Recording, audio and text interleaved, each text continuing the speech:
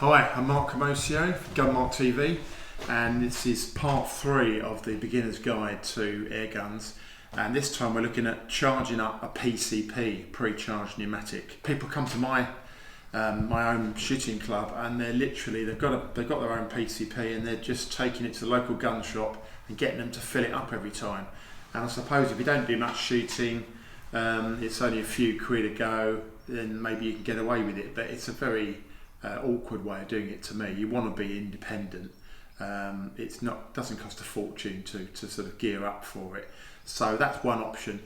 Another option, which has become more in the news and the limelight in the last few years, is a compressor. So you can actually get an air compressor machine.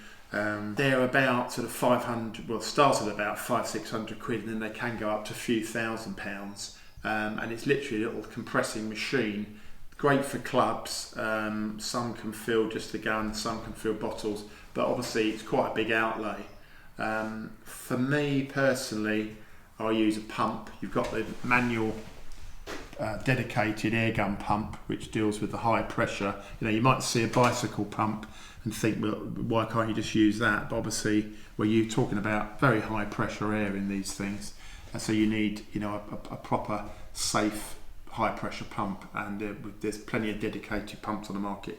And of course the other option that's been out for years is the diver's air bottle, and there's various sort of pros and cons that go with all of that. You might think this is the easiest, but there's pros and cons. With the pump, now you can obviously, the key thing with this is that you're taking in air from the atmosphere. Now, whereas a bottle will it's dry diver's air, so it's dry air, especially when we're just, as the diver shop would say, we're surface use only, so we're never taking it underwater. So it's dry air from a machine inside the bottle. With a pump, you are taking in air from the atmosphere, and there is a much higher moisture content.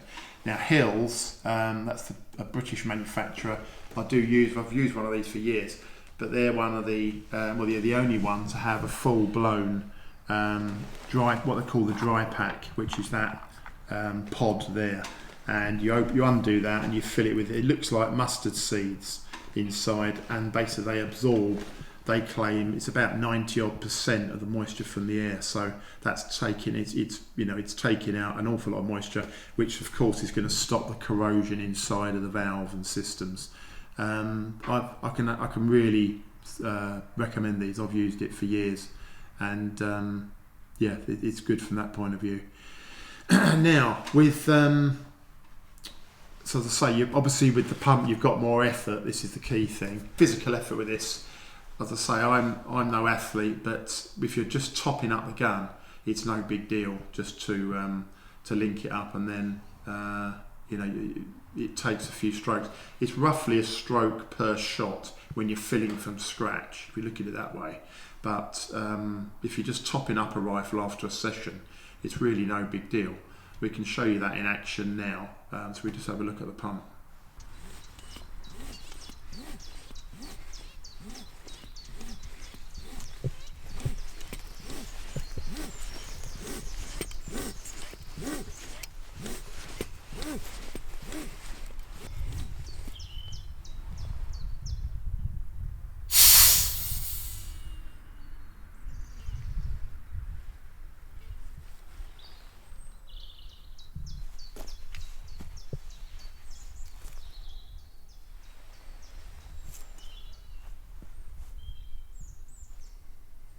So we've seen the pump in action, and it does take effort, but you get used to it. And if you're just topping up a standard sort of PCP, it's really no big deal in my view. If you're filling up from scratch, completely different.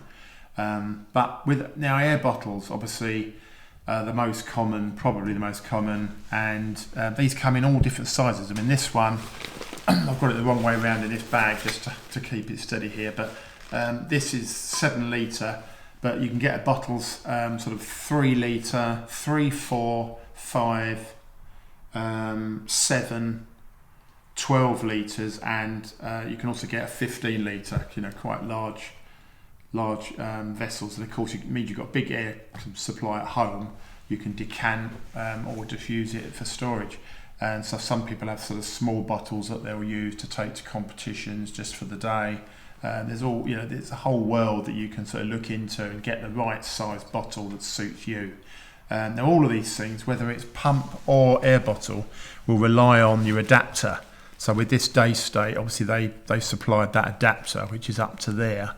Now, we've featured before, but I'm a big fan of these quick couplers from Best Fittings, and if you've got several different guns, it can really help. So again, I've got that all fitted up. Now on this bottle, they tend to come with a standard sort of Foster connector. So the Best Fitting coupler just goes into that. Pull back the spring-loaded collar, snap it in, and you're away.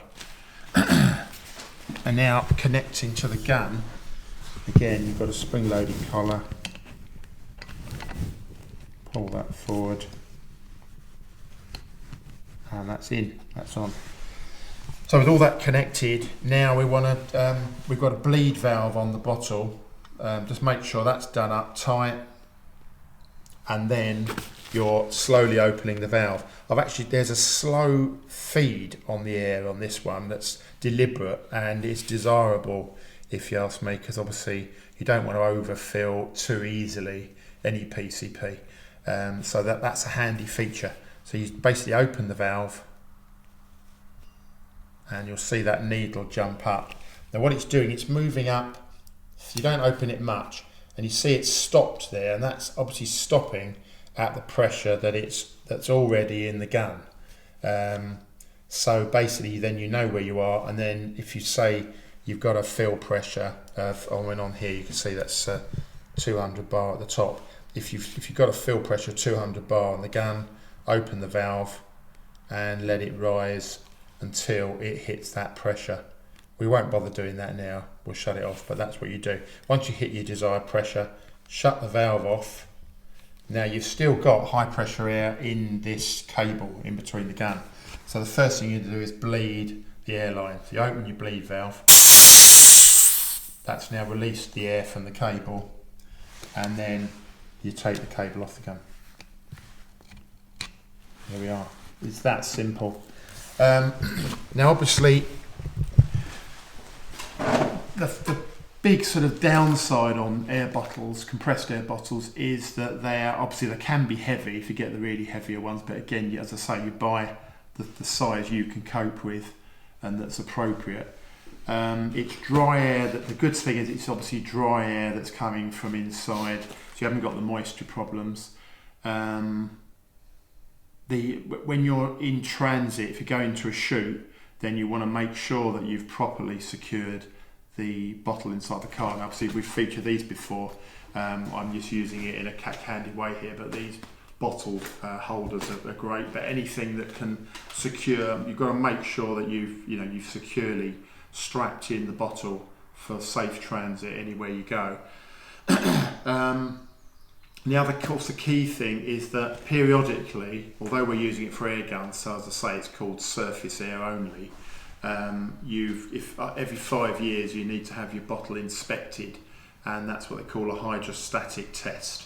And they're actually testing for minute signs of corrosion and pitting inside in the actual metal itself inside the bottle, purely for safety. Because of the pressures that we're holding. So you've got to pay out for that. It's about 40 to 50 quid, I believe, for those tests, but they're only once every 5 years. But obviously that's another potential downside. But if you don't mind any of that, then it's the way to go, possibly. The costs-wise, pump against bottle, I'd say a rough estimate, if you factor in another 150 to 200 quid, either option, whether that's a pumping gauge or bottling gauge. You can pay obviously more for much larger bottles, but that's the sort of rough figure you're looking at. But it's as I say, that they're the option. You've got to look for that, how you're going to charge them up, but it's nothing to be scared of. And you've got sort of recoilless shooting at your fingertips once you've sorted that out. So there's your options on charging a PCP.